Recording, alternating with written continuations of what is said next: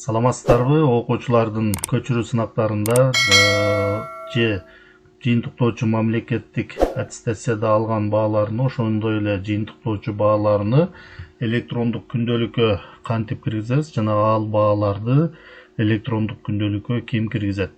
Предметтик мугалимдер көчүрүү сынактарını ошондой эле жыйынтыктоочу мамлекеттик аттестациянын жыйынтык бааларды протоколго түшүрүп, ал протоколду окуу бөлүмүнүн башчысына тапшырат. Протоколдун негизинде окуу бөлүмүнүн башчысы бааларды электрондук күндөлүккө киргизет. Электрондук күндөлүккө киргизүү үчүн окуу бөлүмүнүн башчысы электрондук күндөлүккө кирет. Электрондук күндөлүккө киргенден кийин бул жакта сол тарапта бөлүмдөр бар. Ошол бөлүмдөрдүн ичинен бул жерде журнал чейрек деген бөлүмгө киребиз. Журнал чейрек бөлүмүнө киргенде бул жакта чейрек коюу деген бөлүм бар. Ал бөлүмдү тандайбыз. Бөлүмдү тандагандан кийин бул жакта чейректик баалар деген терезе ачылат. Бул жерде окуу жылы көрсөтүлүп турат. Андан кийин чейрек деген бөлүмдөн биз көчүрүү экзаменин кое турган болсок, көчүрүү экзаменинин баасын кое турган болсок, көчүрүү экзамен деген тандайбыз. Эгерде мамлекеттик жыйынтыктоочу аттестациянын баасын коюу керек болсо, бул жерден мамлекеттик экзамен деген тандайбыз. Андан кийин бул жактан класс деген жерден классты тандайбыз. Мисалы 11 класс болсо, 11 класс тандайбыз. Андан кийин класстын деңгээлин тандайбыз бул жактан. Класстын деңгээлин тандагандан кийин бул жерден кайсыл предметтен сынак тапшырган болсо, ошол предметти тандайбыз. Мисалы бул жерди бассак, предметтер чыгат. Азыр бул жерден мисалы алгебра болсо, алгебраны тандайбыз.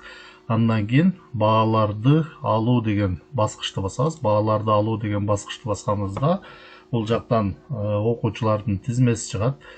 Бул жерден ар бир окуучунун сынакта алган бааларını киргизүү керек болот. Ал үчүн мыштын көрсөткүчүн ар бир окуучуга алып барып, сол жак баскычын 2 жолу тез басып коебуз. Басканыбызда бул жерден окуучу жөнүндө маалыматтык терезе чыгат. Бул жерде окуучунун аты жөнү чыгат. Андан кийин окуу жылы, бул жерде чейрек деген жерде мамлекеттик экзамен деп турат. Андан кийин класс, бул жерде предмет, эми бул мугалим предмет деген жерден ошол предмет боюнча сынак алган мугалимди тандайбыз. Ал үчүн ушул жерди басабыз. Басканыбызда мугалимдердин тизмеси чыгат. Тизмеден мугалимди тандап коебуз. Андан кийин бул жерден баа деген жерге тиешелүү бааны коебуз. Андан кийин көзөнөкчөнү бир аз төмөн жылдырабыз. Төмөн жылдырганыбызда бул жерде сактоо деген баскыч бар. Сактоо деген баскычты басканыбызда окуучунун баасы сакталат. Сакталгандан кийин кийинки окуучуну дагы ушундай эле тартипте бааларını коюп чыгабыз. Бардык окуучулардын бааларын коюп бүткөндөн кийин жыйынтыктоочу бааны кантип коебуз. Жыйынтыктоочу бааны коюу үчүн кайра эле чейрек деген жерден жыйынтык баа дегенди тандайбыз. Азыр бул жерде мамлекеттик экзамен деген тандалып турат. Бул жерден мамлекеттик экзамен дегенди өчүрөбүз. Кайра бул жерди басып туруп, бул жактан жыйынтык баа дегенди тандайбыз. Андан кийин бул жерден классты көрсөтөбүз. Андан кийин предмет ошол бойдо эмне калат. Бааларды алуу деген баскычты бассак, кайрадан окуучулардын тизмеси чыгат. Жанагындай эле тартип менен ар бир окуучуга кирип, жыйынтыктоочу баасын коюп чыгабыз. Ар бир окуучуга кирүү үчүн мыштын көрсөткүчүн окуучуга алып барып, сол жак баскычын 2 жолу тез басабыз. Басканыбызда окуучу жөнүндө маалыматтык терезе ачылат. Бул жерден окуу жылы, жыйынтык баа, классы жана предмети көрсөтүлүп турат. Ошондой эле мугалим предмет деген жерди басабыз дагы.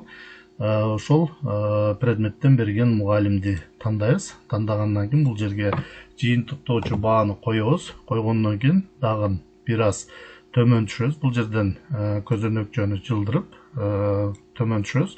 Андан кийин бул жерден сактоо деген баскычты басып, окуучунун баасын сактайбыз. Кийинки окуучуларга дагы ушундай эле тартип менен кирип, ар бир окуучунун баасын коюп, сактап коебуз. Окуучулардын сынактарда алган бааларын жана жыйынтыктоочу бааларını ушундай тартипте электрондук күндөлүккө окуу бөлүмү башчысы протоколдун негизинде киргизип чыгат.